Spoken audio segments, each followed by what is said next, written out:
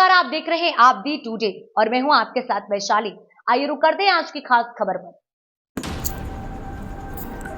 लोहार गांव के प्राथमिक विद्यालय में नहीं मिल रहा बच्चों को मिड डे मील का खाना। अध्यापक ने ग्राम प्रधान और उच्च अधिकारियों को सूचना दी कि रसोइया खाना नहीं बना रही है और न ही स्कूल की साफ सफाई हो रही है। साफ सफाई स्कूल के अध्यापकों को करनी पड़ती है और खाना बच्चे अपने अपने घरों से लेकर आते हैं। स्कूल में आने वाला गेहूं खराब होने के कारण शिकायत की तो कोई सुनवाई नहीं की गई। प्राथमिक विद्यालय के अध्यापक इस बात को लेकर काफी चिंतित है कि उनकी बात उच्च अधिकारी नहीं सुन रहे हैं और स्कूल के अंदर और स्कूल के कंप्यूटर की बोर्ड और सीपीयू कचरे में फेंका हुआ था। अध्यापक ने उसको उठाकर सही कर स्कूल में लगवाया। ग्रामीण आरोप लगा रहे हैं कि अध्यापक रसोइयों को भगा दिया है, जबकि अध्यापक का कहना है कि रसोइया कोई कार्य नहीं करते हैं और खाना अच्छा नहीं बनाते हैं, जिसके कारण उन्होंने नई रसोइयों की मांग की है और उच्च अधिकारियों को प्रार्थना पत्र देकर स्कूल की साफ सफाई और रसोइयों की व्यवस्था करने की मांग की है। बेटा ये बताओ आप कि आप लोगों को खाना मिलता है यहाँ पर? अभी मिलता है? अभी नहीं मिलता, अभी रसोइया नहीं।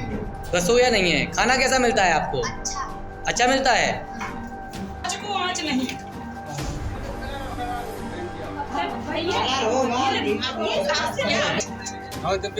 आपके बच्चे पढ़ते हैं इसमें? कोई समस्या है आपको, कोई परेशानी? कोई समस्या नहीं। खाना कैसा मिलता है बच्चों को? बच्चे बताते हैं अच्छा मिलता है। बेटा ये बताइए आप लोगों को खाना मिल रहा है?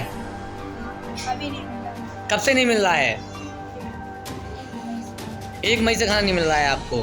और हमने सुना है कि आप लोग यहाँ पर गांव वालों ने बताया है कि आप लोग स्कूल सफाई करते हो, झाड़ू वाड़ू लगाते हो, सच है क्या? नहीं। ये सूचना गलत दी गई है। आप लोगों को कोई दिक्कत कोई परेशानी तो नहीं है? ये डले हुए थे कचड़े में, जिसको मैं ले जाके हमने झांसी ले जाकर इनको सही करवाए और फिर वापस नए सिरे से जमाए।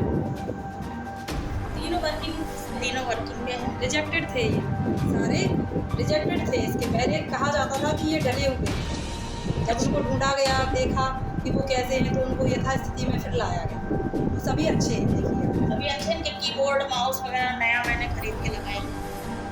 अभी एक ही कीबोर्ड लेके आए। यहाँ से प्रिंटर से प्रिंट भी निकल जाता है, प्रिंटर भी स्टार्ट हो गया।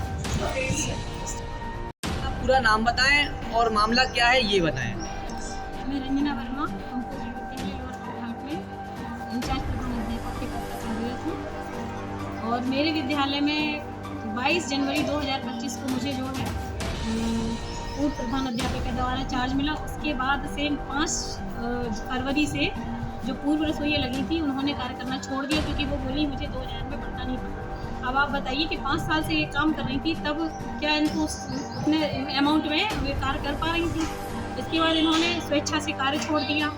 हमारे यहाँ 2-3 दिन खाना नहीं बना, तो हम टीचर्स ने मिलकर और बच्चों ने मिलकर खाना बनाया, सफाई की। उसके बाद फिर हम लोगों ने गांव में डुग्गी पिटवाई। डुग्गी पिटवाने के बाद हम लोगों ने 3 रसोइयाँ आई, 3 महिलाएं आई, उनको हमने रसोइयों के पद पर नियुक्त किया और इसमें प्रधान जी को भी पूर्ण जानकारी दी गई और उनसे कहा गया कि आप जो पुरानी रसोइयाँ हैं उनको भी मना लीजिए, हम नई नहीं लगाना चाहते। लेकिन उन्होंने कहा आप तो नई लगा लो, तो हमने नई लगा ली। चूँकि अब वो जो नई रसोइयाँ लगी हैं उनमें से एक जो है थोड़ा ऑपरेशन हुआ था उनका, तो वो काम नहीं करना चाह रही थी। लेकिन और रसोइयों को क्या है, पुरानी रसोइयों द्वारा भी धमकाया गया। उसके बाद फिर एक रसोइया कह रही है मैं तो करूँगी, मगर वो 55 से 60 वर्ष की एज की हैं, तो वो अकेले कार्य नहीं करना चाहती। और इन सब प्रकरण की जानकारी मैं अपने BEO मैम को दे चुकी हूँ, पूरा रिपोर्ट लिखित दे चुकी हूँ, तो जानकारी दे के। और जिस समय मैंने विद्यालय में चार्ज लिया उस समय मेरे जो खाद्यान्न की स्थिति थी वो बहुत ही ख़राब थी, पूरा ख़राब मिला था मुझे। फिर उसको BEO मैम के आदेश अनुसार उसको हटाया गया, उनका भी पूरा लिखित ब्यौरा मेरे पास है। फिर वो भी आई थी, उन्होंने भी उसको देखा, उन्होंने इसको कहा कि इसको हटाकर बेचकर जैसे भी हो इसको हटाकर नया राशन भरवाया जाए, टंकियाँ खरीद लीजिएगा। तो मैंने ये सब कार्य कर लिया, टंकियाँ खरीद ली, उसमें राशन भरवा दीजिए। उसके बाद फिर मैंने फिर ये रसोइयों जैसे ही कार्य छोड़ने लगी, तो फिर मैंने प्रधान जी को कहा कि ये रसोइया भी नहीं कर रही है और अब आप कोशिश कर लीजिए, हो सकता है गाँव में कोई और हो। पर उन्होंने कहा कि हम बनवाएंगे और अपनी रसोई लगाएंगे, तो मैंने भी इस पर भी हाँ बोल दी। मगर उसके बाद से वो एक बार भी नहीं आए। एक बार जब मीटिंग यहाँ थी हमारे चौपाल में, तब बोला, तो तब उन्होंने भी मतलब कोई ज़्यादा रिस्पॉन्स नहीं दिया। उसके बाद से फिर हमने एक 26 तारीख को अपनी BEO मैम को लिखित में सूचना दे दी थी कि मैम ये हो सकता है 1 तारीख से हम खाना ना बनवा पाएँ क्योंकि रसोइया नहीं बना रही है। 26 तारीख से 30 तारीख तक हम लोगों ने बच्चों को बिस्किट बांटे, 1-2 बार खुद भी खाना बनाया, मतलब तहरी बना दी हम लोगों ने और खुद खाना बना के और बच्चों को बिस्किट नमकीन बांट के काम चलाया 30 तारीख तक। 30 तारीख को रसोइया आई थी, एक उससे खिचड़ी बनवाई थी। इसके बाद से हमारे यहाँ खाना।